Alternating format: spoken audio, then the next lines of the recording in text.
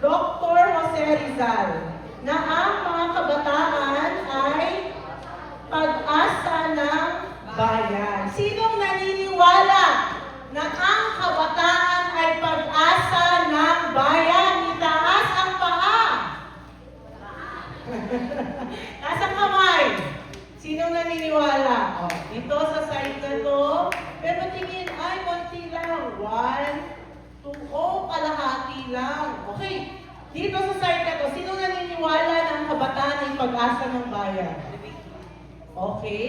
Kalahati lang din. Hindi nagtaas lahat ng kamay. Okay. Sino nagsabi hindi? Hindi totoo na ang kabataan ay pag-asa ng bayan? Oh, may mga nagsabi na hindi daw. Hindi totoo yun. Mali si Dr. Jose Rizal. Isa lang ba yung iba? Sino bang kasama niya na hindi ang kabataan ang pag-asa ng bayan? Okay. Ha? No ka din. Hindi ka naniniwala na ang kabataan ay pag-asa ng bayan. Sige, explain yourself. Halika dito, kuya. Laban natin yan. O, bakit hindi ka naniniwala na ang mga kabataan ay pag-asa ng bayan? Kasi sa kabataan po kasi ngayon is puro tolerant po yung iba po. Tapos po kasi marami din po nagkakaroon ng teenage pregnancy ganun po. Tapos marami na din po nag-aaral. Yan. So, ibig sabihin, in short, ang mga kabataan ngayon ay napapahamak na o nawawalan na ng landas. So, paano natin o paano ang kabataan magiging pag-asa ng bayan kung siya mismo sa sarili niya hindi niya alam kung saan pupunta? Kung siya mismo nawawala, kung siya mismo napapahamak. Tama? Tama ba? Kaya ba ng isang nakakulong palayain ang isa pang nakakulong? Hindi. Diba? So, ibig sabihin, sa buhay natin, hindi generally, we agree with Dr. Jose Rizal, pero may kulang lang sa statement niya. Ang Kristiyanong kabataan ang tunay na pag-asa ng bayan. Magkatipirin. Diba? Kasi buti na-observe ninyo, buti na-observe ninyo, kasi ngayong season ng buhay natin, marami ng mga kabataan ngayon, as discussed by Kuya Bong last week, they try to fit in. Pero gustong ipaalam ng Diyos sa inyo ngayong gabi, you are built different. Sabi mo nga sa katabi mo, iba ka. You are built different. Diba? We are built different. Iba tayo sa ibang mga kabataan. Hindi tayo kasama sa ordinaryong kabataan. At pwede tayo totoong maging pag-asa ng bayan. Okay? Sabi niyo nga kanina, nung nag-attend kayo sa Fair Furnace, wala pa kayong isang buwan na nag-attend. Pero may napansin na kayo na pagbabago sa inyong buhay. Eh di higit pa kung magpapatuloy tayo. Tuloy-tuloy. Because we are built different. Sa buhay natin, maraming mga kabataan ngayon, they experience pressure. Ito, balikan lang natin, diniscuss ni Kuya Bong last week. Pressure to fit in. Diba? Kahit na masama na yung ginagawa ng barkada, gagawin niya pa rin para lang belong siya. Para lang kasali siya sa circle. Diba? Para lang feeling niya accepted siya. Diba? Sa loob ng bahay, walang nagmumura. Pero pagdating sa barkada, puro mura. Diba? Nakakahiya, diba? Tama. Ganun sa atin eh. Pagdating sa bahay, hindi ka makabasag ng pinggan. Pero pagdating sa barkada, walwal ka. Tama. Iba ka sa loob ng bahay, iba ka sa labas kasi gusto mong matanggap ka din ng mga kaibigan mo. Gusto mo maging kagaya nila. Gusto mo maging accepted ka, maging belong ka sa kanila. Kaya kahit napipilitan kang gawin at alam mong masama, gagawin mo pa rin kasi ayaw mong ma-left behind. Ayaw mo mapag-iwanan. Lahat nagdodota, lahat nag-ML, lahat nag-Roblox. Ikaw pipilitin mo magka-cellphone para lang makapag-Roblox ka. Di ba? Para lang mag-fit in ka, just to join the trends. Para lang sabihin ang cool mo, uy, hindi ka KJ. Kasi kapag tinanggihan mo sila, anong una nilang sasabihin sa'yo? Ang KJ mo naman, tol.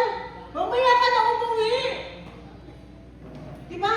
Ang KJ mo naman, paminsan-minsan lang naman to. Di mo pa kami sasamahan. Di ba? Pero, hindi nila alam na unti-unti na silang napapahama. Unti-unti na silang napapalayo sa tama. Diba? Kasi, sabi ng mundo, everyone is doing it. Kaya, gawin ko na din. Pwede lang yan, kasi lahat naman gumagawa. Sabi ng mundo, follow your heart. Kung ano ang nasa puso mo, sundin mo.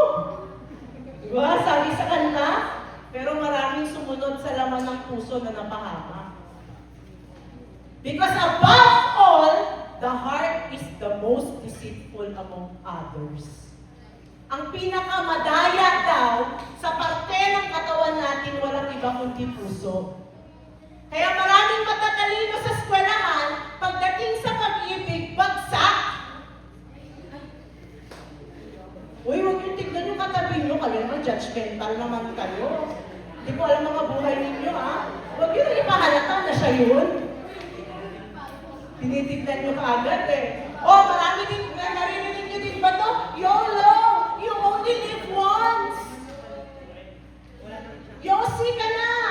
Tikman mo na itong alak! Kasi paminsan-minsan lang tayo nabubuhay. YOLO! Diba? You only live once. Yan yung mga encouragement sa atin ng mundo.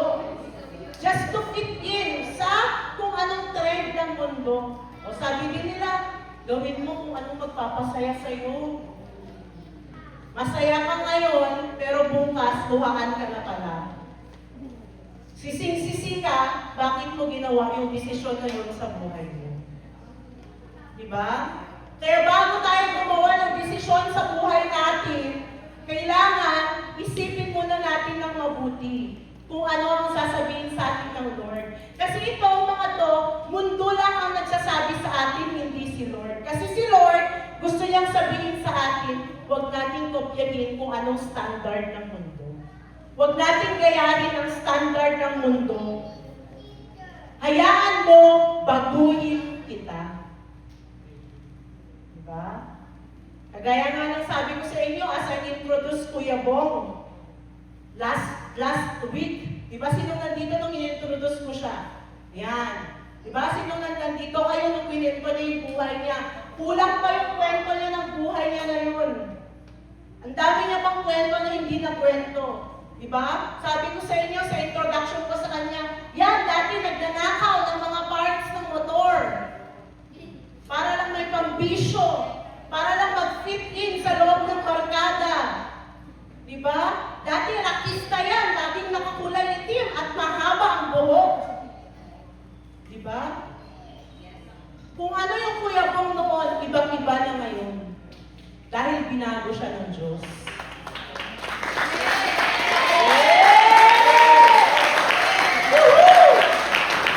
Diba?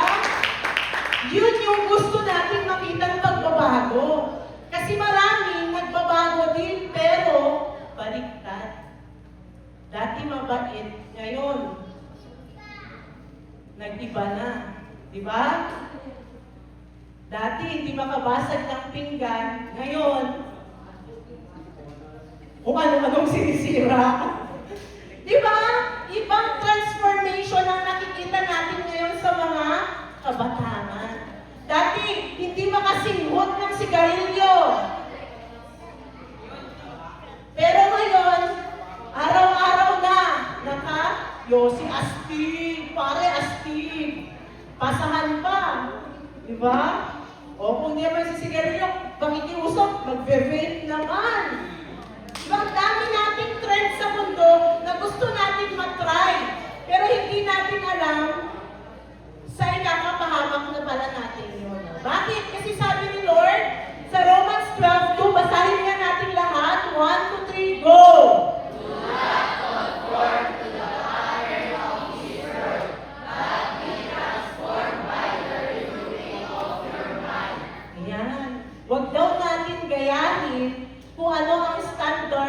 mundo.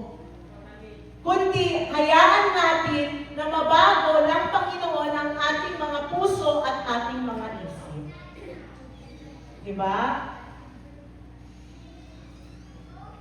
Kasi alam niyo sa buhay natin, walang ibang makakapagpabago sa ating kundi si Lord. Diba? Si Lord lang, walang ibang magkakapagpabago sa atin. Ngayon na nag-attend tayo dito sa YAFC, we are considered young ambassadors for Christ. Tumatayo tayo, hindi para lang sa sarili natin, kundi para kay Kristo. Kaya tandaan natin, unang-una sa lahat, God has given us a new identity. Sabi mo sa katabi mo, bago ka na. Diba? Hoy, huwag namang magbago ka na. Parang ang diin kasi di ba? Bago ka na. Ayan.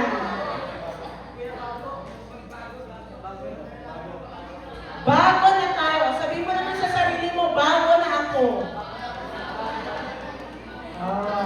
Sabi sa 2 Corinthians 5:17, therefore, if anyone is, kanino daw? Kanino daw? Kay Lord. Anong mangyayari pag na kay Lord tayo? Very good. The new creation has come. Papalitan, babaguhin tayo ng Diyos. Sino dito ang gustong gumamit ng luma na damit? Ayaw ko ng bago. Kahit regaluhan mo ng bago, ayaw ko ng bago. Ayaw ko ng bago. Gusto ko ng luma. Lumang sapatos, lumang bag, lumang damit, lumang pantalon, lumang cellphone. Ayaw ko ng bago. Sino dito tumatanggi sa mga bago? Meron ba? Meron ba tumatanggi sa mga bago? Uy, tumatanggi kayo sa mga bago? Totoo ba? Pag bibigyan kayo ng bagong damit, ayaw ninyo? Pag hindi kasha. Alis ka din, no? Pero ba, tatanggihan mo pag hindi kasha. Di ba? Sa buhay natin, gusto natin na nireregaluhan tayo. Kasi gusto natin ng bagong gamit. Ngayon, tayo ay nandito sa YAFC, hindi aksidente na naging teacher nyo si Ma'am Stella. Hindi naging aksidente na yung nag-invite sa'yo ngayon, siya yung naging kaibigan mo. May purpose ang Lord. At isa sa mga purpose ng Lord, para baguhin ka. The old has gone and the new will come. Diba? Yung lumang, kunwari, may lumang bote. Itong lumang bote na to. Itong lumang bote na to. Pagka napuno ito ng dumi, pwede pa bang gamitin? Ha? Pwede pa o hindi na? Pwede pa. Oo, explain yourself. Okay, ikaw naman.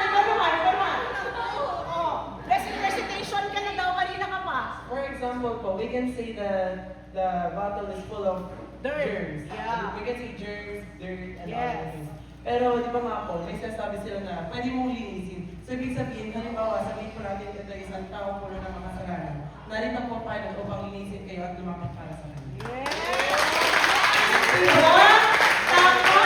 So, ibig sabihin, itong bote na to, ikaw to. Noon, puno ka ng dumi. Pero dahil nandito ka, pinaunlakan mo yung classmate mo, yung kaibigan mo, yung teacher mo na nag-invite sa'yo dito, pwede kang linisin ni Lord at magamit ulit. Diba? Walang tapon sa'yo. Sabi mo sa katabi mo, walang tapon sa'yo. Ilakas mo, walang tapon sa'yo. Diba? Kaya-kaya tayong gamitin ni Lord kahit gaano pa tayo kahuli. Diba? Kahit ano pang pinagdaanan natin, kaya-kaya tayong baguhin ng Diyos. Diba? Huwag kang matakot kung ikaw pa ng pinaka naging masama sa loob ng pamilya mo. Huwag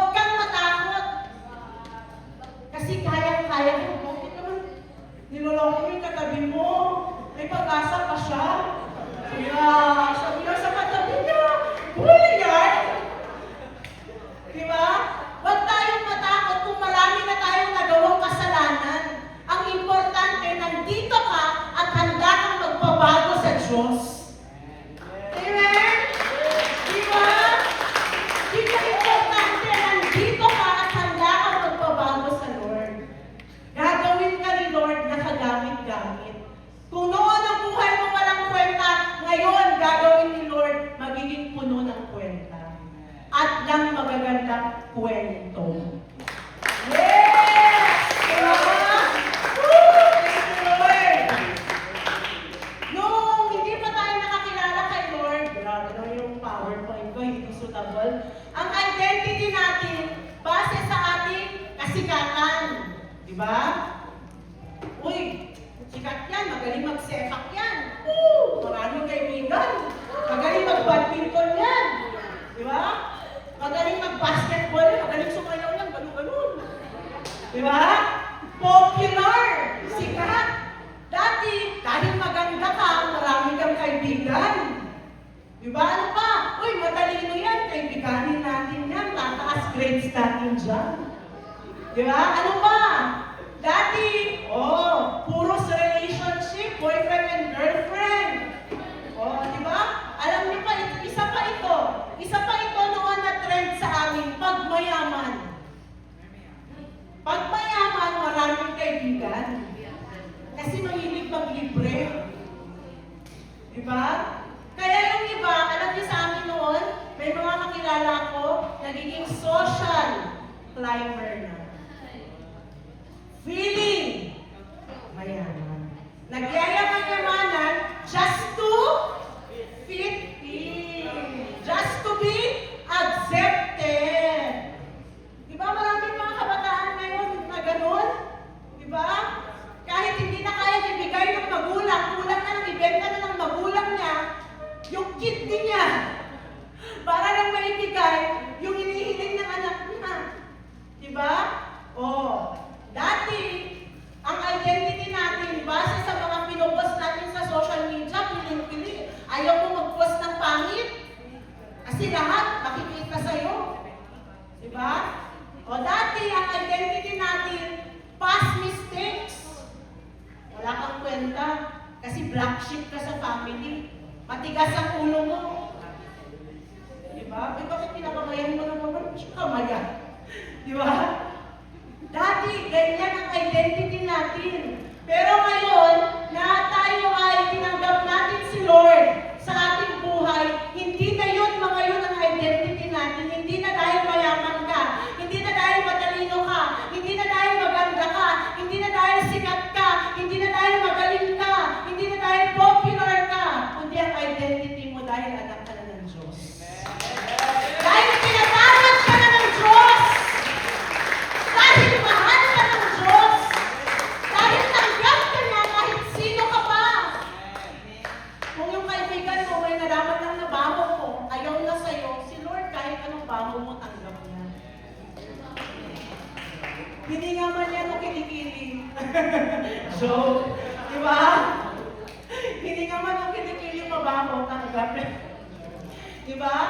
At pinili tayo ng Lord kasi mahalaga tayo sa Kanya. Sabi mo nga sa katabi mo, pinili ka ni Lord. Mahalaga ka sa Kanya. Yan. Diba? Okay.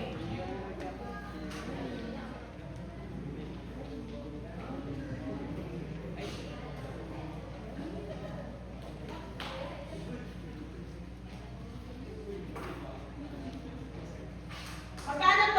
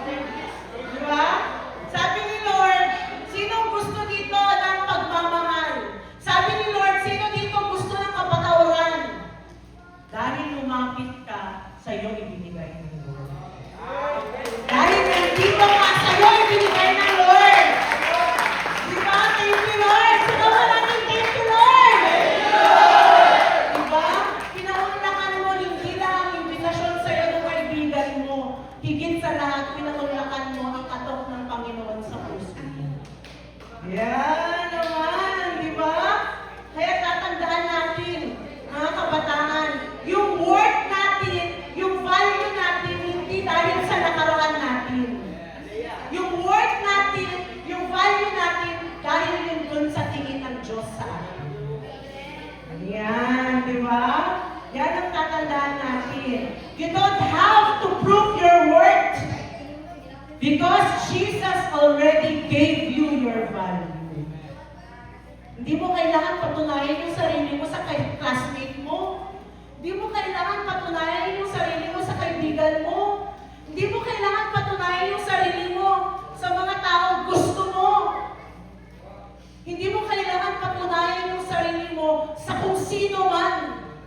Dahil binigyan ka na ng Diyos ng halaga. Mahalaga ka sa Diyos. Hindi ka man naging mahalaga sa ibang tao, hayaan mo. Ang importante, mahalaga ka kay Lord. May value ka kay Lord. Hindi ka zero. Mataas ang value mo kay Lord. Di ba? Yan ang tatandaan natin. The Creator knows your identity better than the world. Kaya huwag mo nang titignan ngayon yung identity mo base sa achievements mo. Titignan mo yung identity mo sa tingin sa'yo ng Diyos. Yes, alright? Number 2, you are called to be alive. Yan. Sabi mo sa katabi mo, ikaw ay liwanag. Diba? Pero bakit kaya, no? Sabi ng teacher mo sa'yo, nandidilim yung paningin ko sa'yo. Diba? Imbis na niliwanag, nandidilim pa rin paningin niya sa'yo. Diba? We are the light. Yan. Tayo ay ilaw. You are, sabi mo sa katabi mo, you are the light of the world. Ayan. Diba? We are the light. Tayo ang ilaw na itinalaga ng Diyos. Yung madilim na lugar. Alam ko naman lahat kayo, naka-experience na magbukas o mapunta sa isang madilim na lugar. Sino itong hindi pa naka-experience na makakita ng madilim na lugar? Wala, di ba? Lahat tayo naka-experience na ng madilim na lugar. Doon sa gitna ng kadiliman, pag inilabas mo yung cellphone mo, o yung una pa lang yung, sino dito may cellphone na yung keypad? Na may flashlight. Yung ano eh, Samsung pang tatatlo nun eh. Oh. Pang-load, yun yung mga pang-load ngayon. Kahit yun lang, yung dalawang cellphone, maliit at mahina ang flashlight. Pero pag nandun ka sa gitna ng kadiliman, binuksan mo yung flashlight na yun na napakaliit. Meron bang liwanag? Mga kabataan, kahit gano'n man kaliit ang tingin sa'yo ng kaibigan mo, ng pamilya mo, ikaw ay tinalaga ng Diyos na ilaw. At magliliwanag ka sa dilim! Yes! Diba? Ngiti mo pa lang, pwede nang magbigay ng kaliwanagan sa paligid. Hindi naman dyan. Ngiti mo pa lang, pwede nang magdala ng kasiyahan sa paligid. Diba? Oh. Tama? Kaya huwag natin tipirin at huwag natin ipagdamot ang ating mga ngiti sa isa't isa. Diba? Yeah. We are the light of the world. Jesus, just because everyone is doing it, doesn't mean it's right. Kaya sa atin, let us stand on our ground. Hindi porke ginawa ng lahat, dapat mo din gawin. Paano kung ipapahamak ka na? Diba? Wow. Kagaya nga ng pinento ko sa inyo na tita ko. Diba? Na ngayon, nasa muntin lupa. Nakakulong. 20 years. Siyang, ano yun? Yung naibaba sa kanya na sentensya. 20 years, nasa muntin lupa siya. Dahil ba sa kagagawa niya? Dahil sa mga kaibigan niya na nagpahamak sa kanya. Dito ko yung mismo kapatid ng papa ko. Bunsong lalaki nila. Buti na lang wala pa siyang pamilya. Buti wala siyang asawa at wala siyang anak. Diba? Ngayon, nagre-reklamo siya sa mga kapatid niya. Padala niyo naman ako dito ng pera para makapunta ako sa special na kubo. Kasi siksikan daw sila sa Ang dami-dami ng mga kagat-kagat kung saan-saan daw. Sa kamay at sa kasapahan ng tito ko. Kasi sa Muntinlupa, hindi kagaya sa bilangguan sa ibang bansa. Sa Muntinlupa, siksikan. Sino din nakapunta na sa loob ng kulungan? Sino nang kadalaw? Alam mo? Kukunti pa lang. Kaya kukunti pa lang yung nakaka-relate sa akin. Diba? Matry ninyo, huwag mo nang itry pala. Huwag mo nang itry pala. Ibang usapan na yun. Diba? Kaya habang pwede pang pigilan at pwede pa kayong hindi mapahamak, pigilan nyo na yung sarili ninyo. Okay? Huwag mapahamak. Huwag hayaang mapahamak. Okay? One right move can influence an entire classroom. Yan, di ba? Oh, di ba? Kinakalapit ka ng kaibigan mo. Basahin ko daw yung nasa screen. One right move can influence an entire classroom. Alay mo, sa loob ng classroom, ikaw pala yung magdadala ng good influence. Diba? Kasi lahat na nagdadala ng bad influence, try mo naman ng good influence. Diba? Sabi mo sa katabi mo, try mo naman ng good influence. Don't underestimate your influence. Sabi mo nga sa katabi mo, don't underestimate your influence. Number 3, different doesn't mean alone. Hindi ibig sabihin, iba ka, mag-isa ka. Okay? Ulitin ko. Hindi ibig sabihin, iba ka, mag-isa ka. Ibang usapan yun. Okay? Yan. Sabi ng Lord, kahit mag-isa ka, sasamahan kita. Sino daw sasama sa atin? Si God. Diba? Anong gusto natin? Naiiba tayo, pero kasama natin si Lord? Or, fit in tayo sa mundo, pero ang kasama natin si Satanas? Ha? Diba? Kahit nag-iisa ka, pero kung kasama mo si Lord, much better choice. Kesa, fit in ka nga, kasama mo naman ang Satanas. Diba? Kaya hindi, lahat ng kaibigan mo, hindi porke lahat sila nagsisigarilyo, magsigarilyo ka na din. Naiiba ka. Okay? Hindi tayo lahat magmumura ka na lang din. Naiiba ka. Bato-bato sa langit. Matawakan pangit. Bago yun ah. Ang matawakan pangit. Ano yung sigaw nyo? Ang matawakan? Ha? Ang matawakan, huwag magalit. Okay, luma na yun. May bago. Bato-bato sa langit. Ang matamaan. Ano ang matamaan?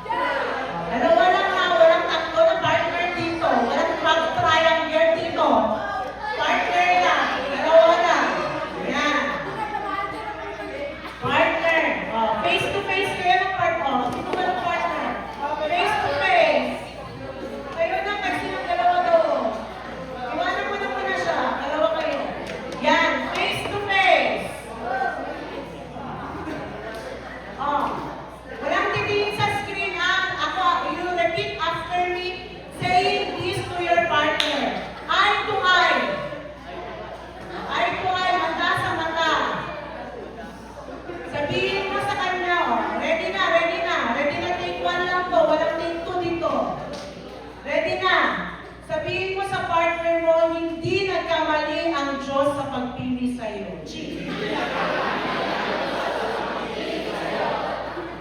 Ulitin mo, seryosohin mo. Yung iba hindi seryoso. Ulitin, hindi nagkamali ang Diyos sa pagpili sa'yo. Hindi nagkamali ang Diyos sa pinaglagyan sa'yo. At buong-buo, tingnan mo yung partner mo, ang tiwala sa'yo ng Diyos na kaya mong gawin ang tama kahit lahat na ay gumagawa ng mali. Amen? Ito ang partner nito, dalawa yung pinakaseryoso na nakita ko kanina talaga. Kahit kayo yung pinakaseryoso na nagsabi sa isa't isa, kiss. Joke. Nalaro sila kanina. Sabi, nagkaano sila, yung anong ginagawa nila. Yan. Okay, next. Kaya sa buhay natin, there's a challenge. Okay? Can you choose one area in your life where you will be different for Jesus? This is a challenge.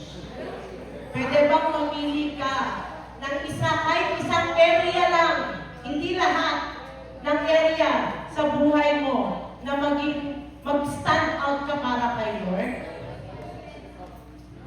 Sampulan ko kayo.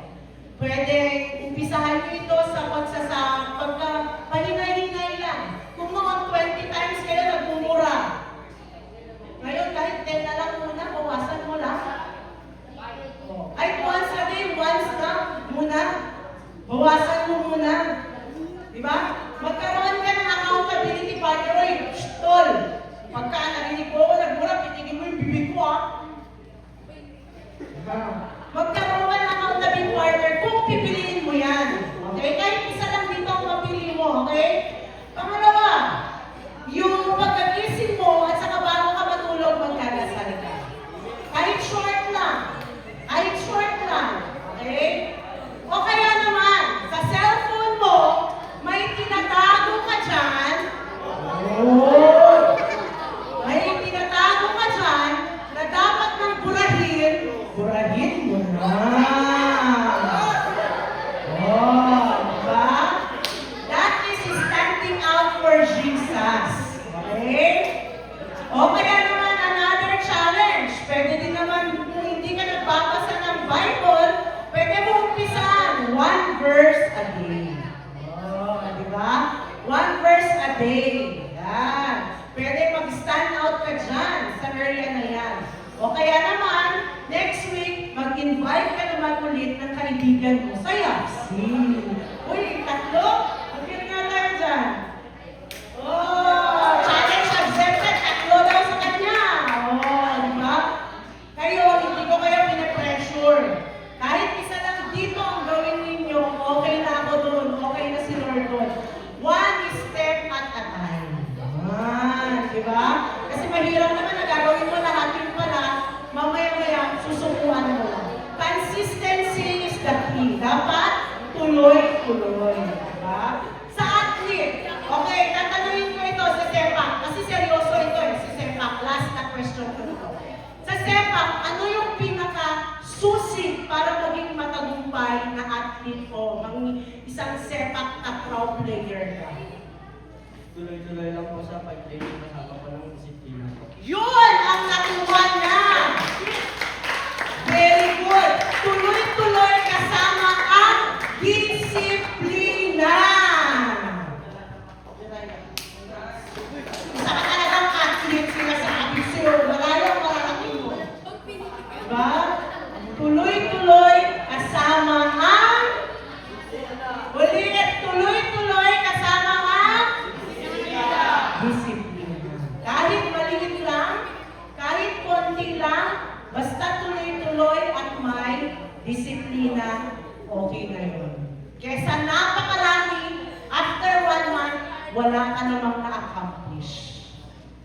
kailangan, unti-unti, huwag mong pilitin yung sarili mo.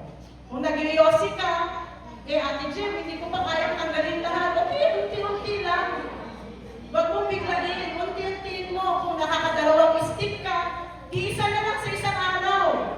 Kung katapos naman, uy, parang napapansin mo, may development. O pwede naman once every 2 days. Bawasan mo lang, unti-untiin mo lang. Huwag mong biglain, kasi baka mamaya, di ba? Hindi ka naman din naging consistent. Consistency, discipline is the key. Okay? Amen? Yan. Kaya, tandaan natin, small acts of obedience can make a big impact. Yan. Lagi natin tandaan. This week, basahin natin malakas. This week, yan. This week, choose to build differently. Next week yan. Yan yung challenge sa inyo. Next week, let us choose to be different for God. We were not made to copy the world. We were made to reflect Christ. Yan. Ito ang gustong iwan sa inyo ng Lord ngayong gabing ito. And to God be all the glory for everything. Yan. Okay? So, praying nga lahat ng ito na narinig ninyo, kahit isa lang na sentence, pero tumanim sa inyong mga puso at isipan, okay na kami doon. Kahit hindi lahat ng sinabi, okay na kami doon. Okay? We are built differently for the Lord. Yan. Kaya lahat ng success ng buhay namin, dahil yan kay Lord. Lahat ng kaya namin gawin, dahil yan lahat kay Lord. Wala nang iba kundi dahil kay Lord. Yan. So, to God be all the glory for everything. Yan. So, praise the Lord. Yan. So, ngayon naman ay tuloy-tuloy na natin bago tayo dumako sa ating gifts.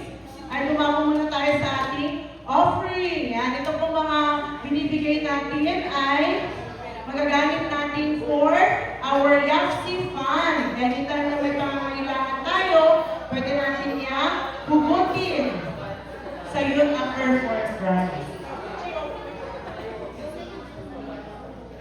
Okay, let's pray. Lord God in heaven, maraming salamat po sa lahat